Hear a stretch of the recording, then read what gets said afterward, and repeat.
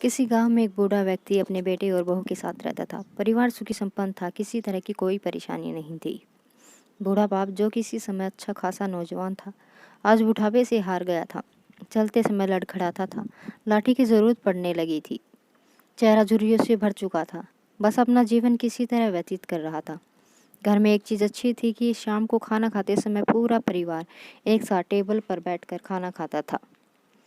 एक दिन ऐसे ही शाम को जब सारे लोग खाना खाने बैठे, बेटा ऑफिस से आया था। भूख ज़्यादा थी सो जल्दी से खाना खाने बैठ गया और साथ में बहू और उसका एक बेटा भी खाने लगे। बूढ़े हाथ जैसे ही थाली उठाने के हुए, थाली हाथ से छिटक गई। थोड़ी दाल टेबल पर गिर गई। बहू बेटे ने घृणा दृष्टि से अपने पिता की ओर देखा और फिर से अपने खाने में लग गई।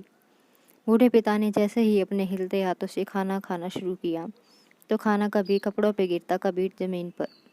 बहू चिढ़ते हुए कहा, हे राम, कितनी गंदी तरह से खाते हैं, मन करता है इनकी थाली किसी अलग कोने में लगवा देते हैं।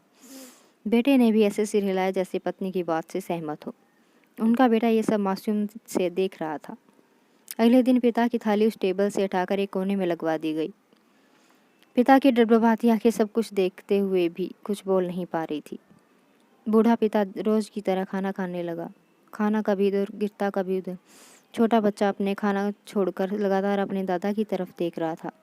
माँ ने पूछा, क्या हुआ बेटे, तुम दादाजी की तरफ क्या देख रहे हो और खाना क्यों नहीं खा रहे? बच्चा बड़ी मासूम से बोला, माँ, मैं सीख रहा हूँ कि वृद्धों के साथ कैसा व्यवहार करना चाहिए। जब मैं बड़ा हो जाऊँगा और आप लोग बूढ़े हो जाओगे तो मैं भी आपको इसी तरह कोने से में बिठाकर खिलाया करूँगा। बच्चे के मुँह से ऐसा सुनते ही बेटे और बहू दोनों काँप उठे। शायद बच्चे की बात उनके मन में बैठ गई थी, क्योंकि बच्चा ने मासूम के साथ एक बहुत बड़ा सबक दोनों लोगों को दिया था। बेटे ने जल्दी से आगे बढ़कर पिता को उठाया और वापस टेबल पर खाने के लिए बिठाया, और बहू भी भागकर पानी का गिलास लेकर आई कि पिताजी को कोई तकलीफ ना हो।